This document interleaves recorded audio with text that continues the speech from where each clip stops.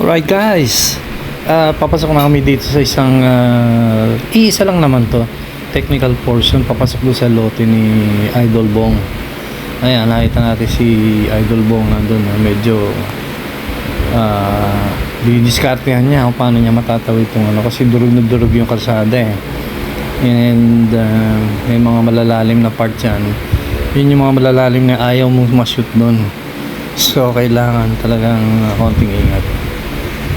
Okay, so ayan, nakaalis na siya. At ako naman, inaral ko na eh kung saan ako dadaan. Pero syempre minsan hindi perfect eh. Pag nagsumayaw yung motor mo, masushoot sa malalim, kailangan magbuhat ka pa ng konti. Ayan, tulad dito. Okay, ayos naman, magahan ng DT, yun ang kagandahan. Kaya ready naman si Idol Bong para mag-assist. Salamat Idol. At okay na kami. Alright, so ako yung pangatlong motor dito eh, na si Idol Ray nakatawid na rin. At ako na yung pinakahuli. Yan, so nakalagpas kami sa technical section.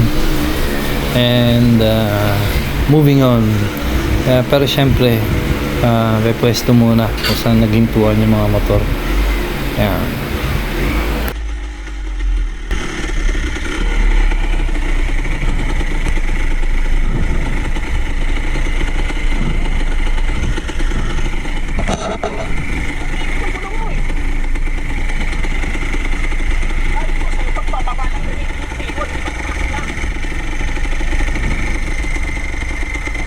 Nag-i-stack daw yung preno niya eh.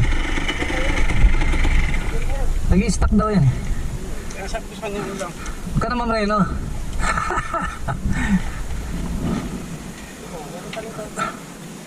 Bale, ayos na yan. Basta huwag lang gamitin. Pwede. Namimreno naman eh. Di ba? Huwag mo lang bibilisan. Yung kaya lang niya. Sunod, dito na isa sarado. Tayo dito.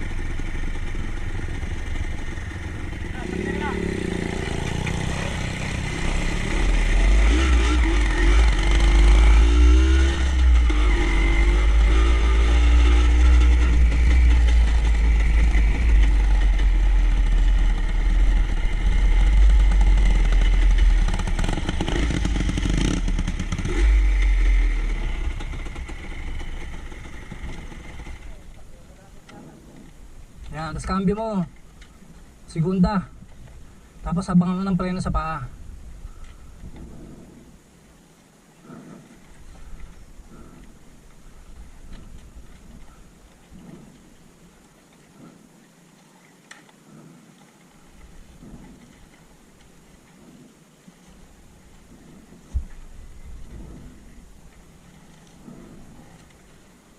Si clutch mo para gumulong. Kasi namemreno lang.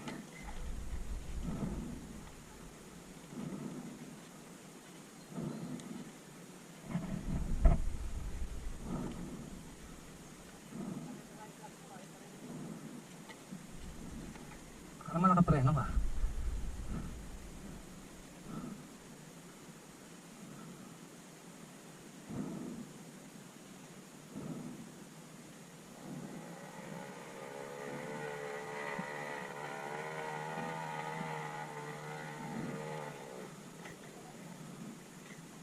Kaya ni Bong ah. Kaya ni Bong. Wow. Wow, yo. Yo, ayaw bito. Wow. Ayaw binto.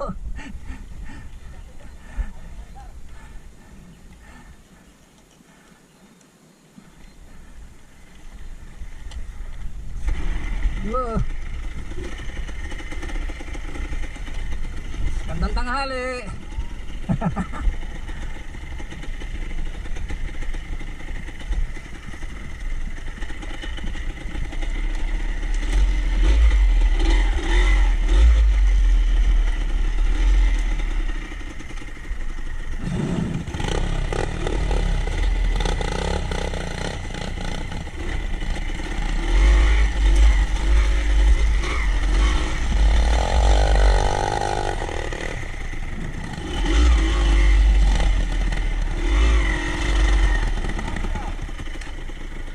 Pwede ka lang sa baba. Subukan ko, kaya naman to sa taas eh.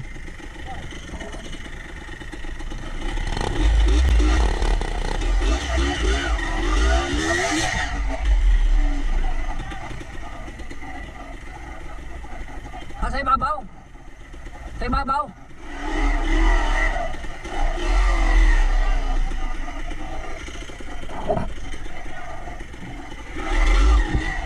Ala.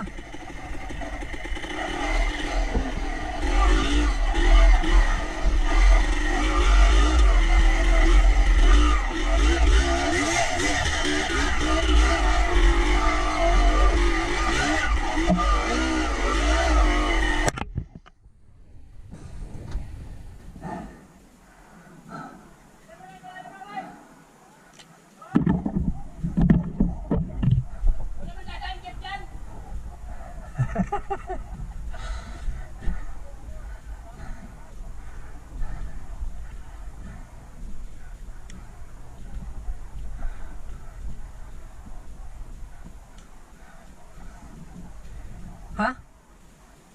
Hello, kailan pala ano? Rami.